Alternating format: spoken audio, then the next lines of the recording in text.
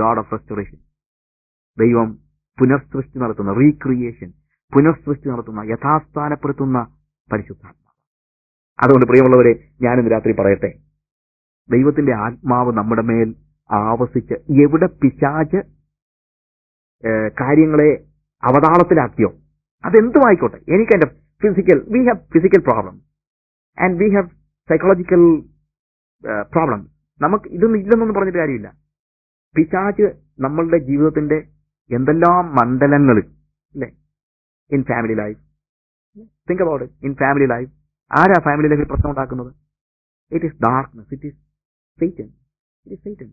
അന്യോന്യമുള്ള സംശയങ്ങൾ, അന്യോന്യമുള്ള പ്രയാസങ്ങൾ, ചെറിയ ചെറിയ വാക്കുകളെ ചൊല്ലിയുള്ള വഴക്കുകൾ, കുറവുകൾ, അല്ലേ, കുഞ്ഞുങ്ങളുമായിട്ടുള്ള ബന്ധങ്ങളിൽ, ഭാര്യാഭർത്താക്കന്മാരെ തമ്മിലുള്ള ബന്ധങ്ങളിൽ, ഓഫീസിലെ നമ്മുടെ ബന്ധങ്ങളിൽ, അയൽവക്കത്തെ ബന്ധങ്ങളിൽ, സഭയിലെ ബന്ധങ്ങളിൽ, എല്ലായിടത്തും ഇരുൾ വന്ന് വ്യാപരിച്ച് നമ്മൾ എന്ത് ചെയ്തിരിക്കുകയാണ്?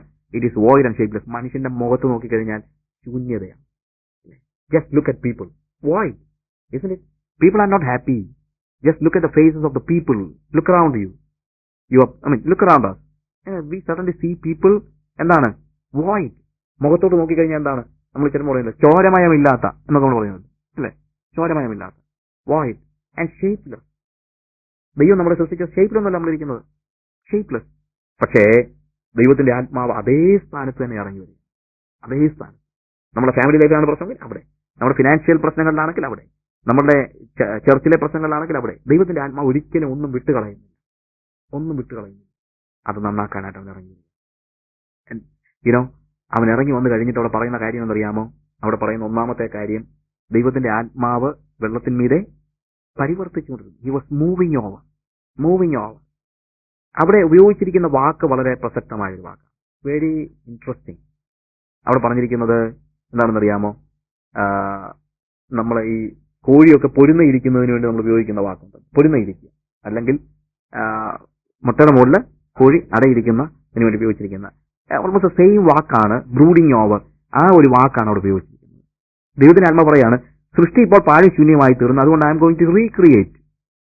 മുട്ടയുടെ മുകളിൽ കോഴി അടയിരുന്നു കഴിഞ്ഞാൽ എന്താ സംഭവിക്കുന്നത്? ക്രിയേഷൻ നടക്കുകയാണ്. So God says I won't recreate it. ദൈവം പലപ്പോഴും ചെയ്യുന്നതിന്റെ പ്രത്യേകത അറിയാം. ദൈവം ഇതൊന്നും ഷേപ്പ് വരുത്തുക മാത്രമല്ല ചെയ്യുന്നത്, എന്താണ്? ഇറ്റ് ആസ് ഇഫ് ന്യൂ, അല്ലേ? ദൈവം നമ്മൾക്ക് ഒരു രൂപാന്തരം വരുത്തുന്നത് എങ്ങനെയാണെന്നറിയാമോ?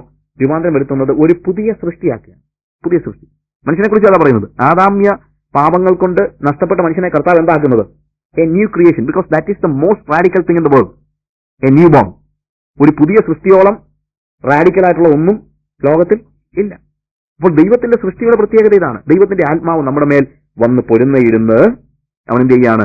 നമ്മളെ റീക്രിയേറ്റ് ചെയ്യാണ്. അവൻ ആദ്യം പറയുന്നത് വെളിച്ചം, ലെറ്റ് ദെയർ ബി ലൈറ്റ്, വെളിച്ചം ഉണ്ടാകട്ടെ. കാര്യം അവൻ പറയാണ്, I know what is the problem, it is darkness.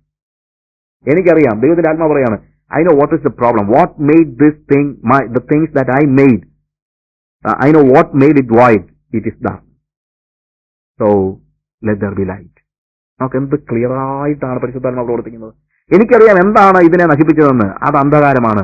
അതുകൊണ്ട് ആ അന്ധകാരം മാറിപ്പോകട്ടെ. അന്ധകാരം മാറിപ്പോകാൻ എന്ത് വേണം? വെളിച്ചം വരണം. So let there be light and there was light. And then we see creation, ഇല്ലേ? അപ്പോൾ ആ ലൈറ്റ് വന്നു കഴിഞ്ഞാൽ എന്ത് നടക്കും? നാച്ചുറലി ക്രിയേഷൻ നടക്കും.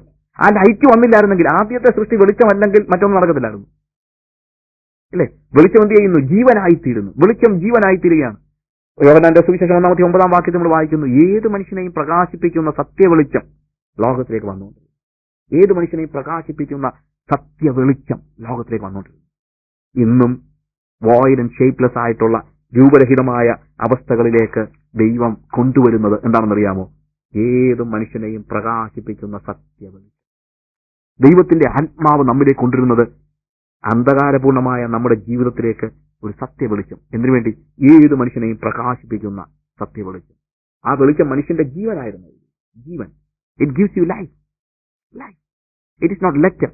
അതുകൊണ്ട് ഞാൻ വാസ്തവത്തിൽ പറയുന്നത്, ഈ ബൈബിൾ ക്ലാസ് എന്ന് പറയുന്നത് ഇറ്റ് ഷുഡ് നോട്ട് ബി ഇത് അക്ഷരമായിട്ടല്ല നമ്മിലേക്ക് വരേണ്ടത്, ഇത് ജീവനായിട്ട് വരണം. ആത്മാവ് നമ്മിലേക്ക് വരുന്നത് അക്ഷരമായിട്ടല്ല, ആത്മാവ് നമ്മിലേക്ക് വരുന്നത് ജീവനായിട്ടാണ്. വെളിച്ചം വന്നു കഴിഞ്ഞപ്പോഴത്തേക്ക് ക്രിയേഷൻ നടക്കുകയാണ്. The first 3 days were days of separation, and the second 3 days were days of population, and the final day was day of celebration. Hallelujah. വെളിച്ചം ഇങ്ങോട്ട് വന്നു, എല്ലാത്തിനെയും വേർതിരിക്കേണ്ടതിനെല്ലാം വേർതിരിച്ചു. ആൻഡ് പോപ്പുലേഷൻ, സൃഷ്ടിക്കപ്പെടേണ്ട എല്ലാ കാര്യങ്ങളെയും സൃഷ്ടിക്കുന്നു. And final day was day of celebration. ദൈവം എല്ലാം നോക്കി നല്ലത് എന്ന് കണ്ടു. ഇരുൾ ശൂന്യമാക്കി തീർത്ത, ഇരുൾ നഷ്ടപ്പെടുത്തി കളഞ്ഞ എല്ലാത്തിനെയും ദൈവം റീക്രിയേറ്റ് ചെയ്യുന്നത് നമ്മൾ കാണും. റീക്രിയേറ്റ് ചെയ്യുക. And God just looked at everything and he said, yeah, it's good, I love it. എനിക്കത് ഇഷ്ടപ്പെടുന്നു. I love it, it is good. കൊള്ളാം, നല്ലതായിരിക്കുന്നു, നല്ലതായിരിക്കുന്നു. എന്നാലേ നമ്മുടെ ഈ ലോകത്തെ നോക്കിയിട്ട് ഇന്നിപ്പോ അങ്ങനെ പറയാൻ പറ്റാത്തൊരു സ്റ്റേജാണ്. Isn't it? നമ്മുടെ ലോകത്തെ നോക്കിയിട്ട് can we say that it is all good? No, it is not good. Again it became void and shapeless. It is shapeless. മനുഷ്യനെ മുഖത്ത് നോക്കിക്കഴിഞ്ഞാൽ രൂപരഹിതരായ ആളുകൾ, ശൂന്യമായ മുഖം, ബ്രോക്കൺ ഫാമിലീസ്, ആൻഡ് വീടുകൾ മാത്രമല്ല, ഗ്രാമങ്ങളെ നോക്കിക്കഴിഞ്ഞാൽ അന്യോന്യം വഴക്കടിക്കുന്ന ഗ്രാമങ്ങൾ, യുദ്ധം ചെയ്യുന്ന രാഷ്ട്രങ്ങൾ, എവിടെ നോക്കിക്കഴിഞ്ഞാലും ശൂന്യതയാണ്. കാരണം എന്താ? വീണ്ടും ഇരുൾ പ്രവേശിച്ചു. ഇതെല്ലാം നഷ്ടപ്പെടുത്തിയത് ആരാണ്? ഇരുളാണ്. ഇപ്പൊ ദൈവം എന്തോ ചെയ്തുകൊണ്ടിരിക്കുന്നത്? അതൊരു ചോദ്യമാണ്. ഇപ്പൊ ദൈവം എന്തോ ചെയ്തുകൊണ്ടിരിക്കുന്നു? ഇപ്പൊ ദൈവം എന്തോ ചെയ്തുകൊണ്ടിരിക്കുന്നത് അറിയണമെങ്കിൽ നേരത്തെ ദൈവം എന്ത് ചെയ്ത് നോക്കിയാൽ മതി. കാര്യം അവൻ അത് തന്നെ ആയിരിക്കും എപ്പോഴും ചെയ്യുന്നത്. He is doing the same, because he is the same yesterday, today and for ever. അവൻ ഇന്നലെ ഇന്നും എന്നേക്കും ഒന്നുപോലെയാണ്. Is the same. അതുകൊണ്ട് ഇന്നലെ ചെയ്ത പ്രവൃത്തി തന്നെ ആയിരിക്കും അവൻ ഇന്നും ചെയ്യുന്നത്. ആദ്യത്തെ സൃഷ്ടിയെ പിശാച് ഇരുൾ പാഴും ശൂന്യമാക്കി തീർത്തപ്പോൾ ദൈവം അതിനെ ഉപേക്ഷിച്ച് കളഞ്ഞില്ല. ദൈവം അതിനെ റീക്രിയേറ്റ് ചെയ്തു. എന്നതുപോലെ ഇന്നും പിശാച് ശൂന്യമാക്കിയ ജീവിതങ്ങളെയും പ്രവൃത്തികളെയും ഭൂമിയെയും ദൈവം ഉപേക്ഷിച്ച് കളയുമെന്ന് ഞാൻ വിശ്വസിക്കുന്നില്ല. And he is doing the same. അവൻ അന്ന് ദൈവത്തിന്റെ ആത്മാവ് വന്ന് ആ ആഴത്തിന്മീതെ പൊരുന്നയിടുന്നത് പോലെ ഇന്നും ഈ ലോകത്തിന്റെ വ്യവസ്ഥിതിക്ക് മേൽ, ഈ ലോകത്തിന്റെ എല്ലാ നാശങ്ങളുടെയും മേൽ, ലോകത്തിന്റെ വേണ്ട നമ്മുടെ തന്നെ എല്ലാ ഇരുളിന്റെയും മേൽ ദൈവത്തിന്റെ ആത്മാവ് വീണ്ടും പൊരുന്നയിരിക്കുകയാണ്. And certainly creation will happen. അതാണ് നമ്മൾ വെളിപ്പാട് പുസ്തകം 21 അധ്യായത്തിൽ കാണുന്നത്. വെളിപ്പാട് പുസ്തകം 21 അധ്യായം 1 മുതലുള്ള വാക്യങ്ങൾ. 1 വാക്യത്തിൽ നമ്മളോട് കാണുന്നത്, ഞാൻ പുതിയ ആകാശവും പുതിയ ഭൂമിയും കണ്ടു. പഴയത് 1-ാമത്തെ ആകാശവും 1-ാമത്തെ ഭൂമിയും ഒഴിഞ്ഞുപോയി, സമുദ്രവും ഇനി നമുക്ക് ഇന്ന് അറിയാൻ കഴിയുന്നില്ലെങ്കിൽ ദൈവം പരിവർത്തിച്ചുകൊണ്ടിരിക്കുകയാണ്. നാട്ടുകാർക്ക് അറിയത്തില്ല. കാരണം ഒരു കോഴി ഒരു വീടിന്റെ മൂലയ്ക്ക് അടയിരിക്കുകയാണെങ്കിൽ നമ്മൾ ചിന്തിക്കുക, ആൾക്കാർ കാണുന്നുള്ള ഈ കോഴി എന്തുകൊണ്ടിരിക്കുക, വെറുതെ ഇരിക്കുകയാണെന്ന് ചിന്തിക്കല്ലേ. ബട്ട് അതിന്റെ കീഴിലിരിക്കുന്ന മുട്ടയ്ക്ക് എന്തറിയാം? Something is happening, something is coming up. എന്റെ ഉള്ളിൽ ഒരു ജീവൻ തുടിക്കുന്നുണ്ട്, something is going to happen അല്ലേ? അതിന്റെ മുട്ടയ്ക്ക് അറിയാം, അതിന്റെ കീഴിലിരിക്കുന്ന മുട്ടയ്ക്ക് അറിയാം. ഇതുപോലെ ദൈവം ഇന്ന് എന്തോ ചെയ്തിരിക്കുകയാണെന്നുള്ള നോർമലി മനുഷ്യന്റെ ചോദ്യം അല്ലേ? നോർമൽ മനുഷ്യൻ എല്ലാവരും ചോദിക്കുന്നതാണ്, വാട്ട് ഗോഡ് ഈസ് ഡൂയിങ്? ഇവിടെ യുദ്ധം നടക്കുന്നു, പ്രശ്നങ്ങൾ ഉണ്ടാകുന്നു, ക്ഷാമം ഉണ്ടാകുന്നു, കള്ളത്തരങ്ങള്, അല്ലെങ്കിൽ എന്തോ ലോകത്തിന് യാതൊരു പ്രതീക്ഷയില്ലാത്ത രീതിയിൽ എല്ലാ രീതിയിലും എല്ലാ പ്രശ്നങ്ങളും ഉണ്ടാകുന്നു. സുനാമി ഉണ്ടാകുന്നു, ഭൂകമ്പം ഉണ്ടാകുന്നു, യുദ്ധം ഉണ്ടാകുന്നു, ഗറില്ലാസിന്റെ പ്രവർത്തനങ്ങളെ, മാവോയിസ്റ്റ് ആക്രമണം, മറ്റേ മറിച്ച് നമ്മൾ കാണുന്ന എല്ലാ, എവിടെ നോക്കിക്കഴിഞ്ഞാലും we have no news that gives us some kind of hope. Everything is, terror-ആണ് നമുക്ക് തരുന്നത്. And what God is doing, how many people ask? God is doing something. അതറിയണമെങ്കിൽ അവന്റെ ചിറകിൻ കീഴിൽ കയറിയിരിക്കുന്ന വ്യക്തികൾക്കേ അറിയാൻ പറ്റുള്ളൂ എന്താ ദൈവം ചെയ്തുകൊണ്ടിരിക്കുന്നുള്ളത്. അവന്റെ കീഴിലിരിക്കുന്ന മുട്ടയ്ക്കറിയാം, creation is going to happen. ഒരാകാശവും പുതിയ ഭൂമിയും സൃഷ്ടിക്കപ്പെടുവാൻ പോകുകയാണ്. അവിടത്തേക്ക് പ്രവേശനം കിട്ടണമെങ്കിൽ അവന്റെ കീഴിൽ കയറിയിരിക്കുന്ന മുട്ടയ്ക്ക് മാത്രമേ ഉള്ളൂ, പുറത്തുള്ളവർക്കില്ല. ഇടയ്ക്കിടയ്ക്ക് കയറിയിരുന്നാലും പറ്റത്തില്ല. വെള്ളിയാഴ്ച കയറിയിരുന്നു കഴിഞ്ഞാൽ നടക്കത്തില്ല. You have to patiently wait under the wings of the Lord. ദൈവത്തിന്റെ ആ ചിറകടിയിൽ നമ്മൾ എന്ത് ചെയ്യണം? പേഷ്യൻസോടുകൂടെ വെയിറ്റ് ചെയ്യണം. And creation will happen. അവിടെ എഴുതിയിരിക്കുന്ന അടുത്ത വാചകം എന്നറിയാമോ? സമുദ്രവും ഇനി ഇല്ല. What does it mean? എന്താ അതിന്റെ അർത്ഥം? ഇനി ഇരുളിന് പ്രവേശിക്കാനുള്ള അവകാശമില്ലെന്നാണ്.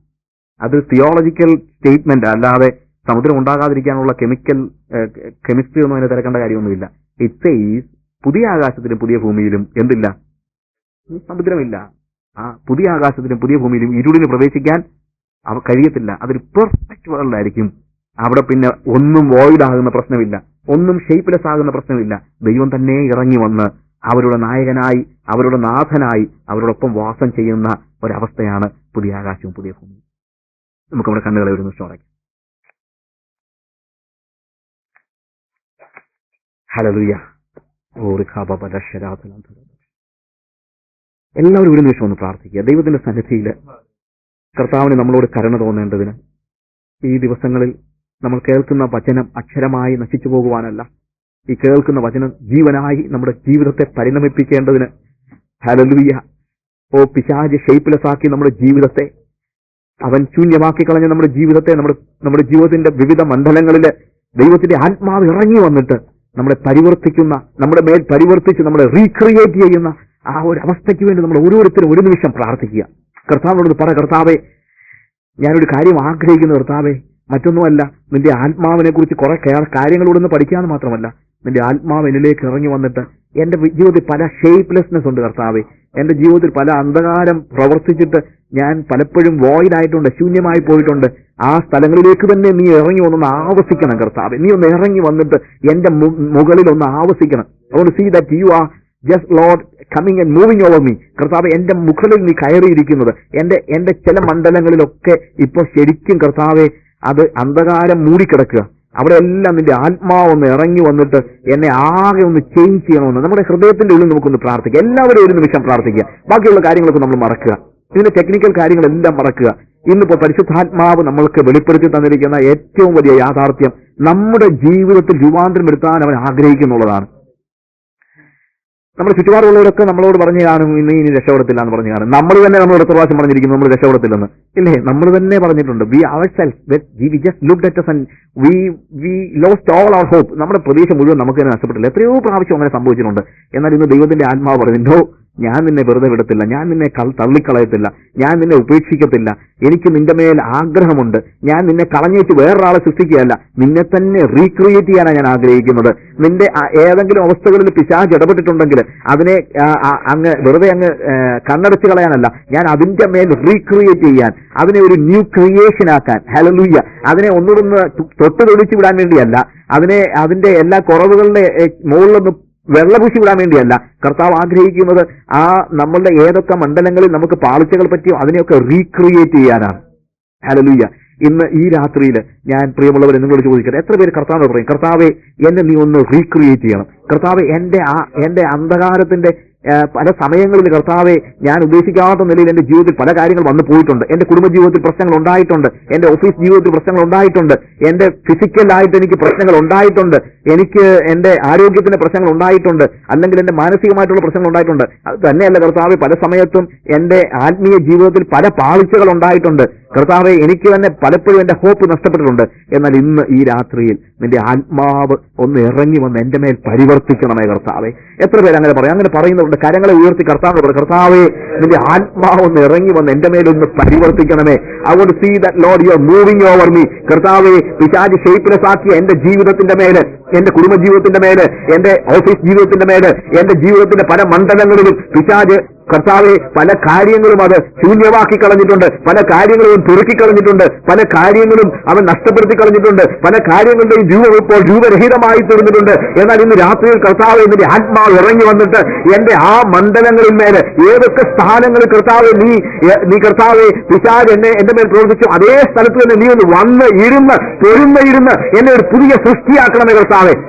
ഹല്ലേലൂയ. ഒരു പുതിയ അനുഭവം എനിക്ക് നൽകണമേ കർത്താവേ, ഒരു പുതിയ ജീവൻ നൽകണമേ കർത്താവേ. അതിനെ ഒന്ന് ഉരുട്ടിപ്പരത്തിടാൻ വേണ്ടി അല്ല ഞാൻ ആഗ്രഹിക്കുന്നത് കർത്താവേ. ഒരു ന്യൂ ക്രിയേഷൻ, വീണ്ടും എന്നെ നോക്കിയിട്ട് നീ നല്ലതെന്ന് പറയുന്നത് കേൾക്കാൻ ഞാൻ ആഗ്രഹിക്കുന്നു കർത്താവേ. ഇന്നിപ്പോ എന്നെ നോക്കിയാൽ പല കാര്യങ്ങളും നല്ലതല്ലാത്തതിലുണ്ട് കർത്താവേ. എന്നാൽ കർത്താവേ, ഇന്ന് രാത്രി നീ ഒന്ന് ഇറങ്ങി വന്നിട്ട് കർത്താവേ എന്നെ ഒന്ന് രൂപാന്തരപ്പെടുത്തിയിട്ട് കർത്താവ് എന്റെ മേലൊന്ന് പരിവർത്തിച്ചിട്ട് ഒരു പുതിയ സൃഷ്ടി നടത്തിയിട്ട് നിന്റെ മനസ്സ് കുളിർക്ക് നീ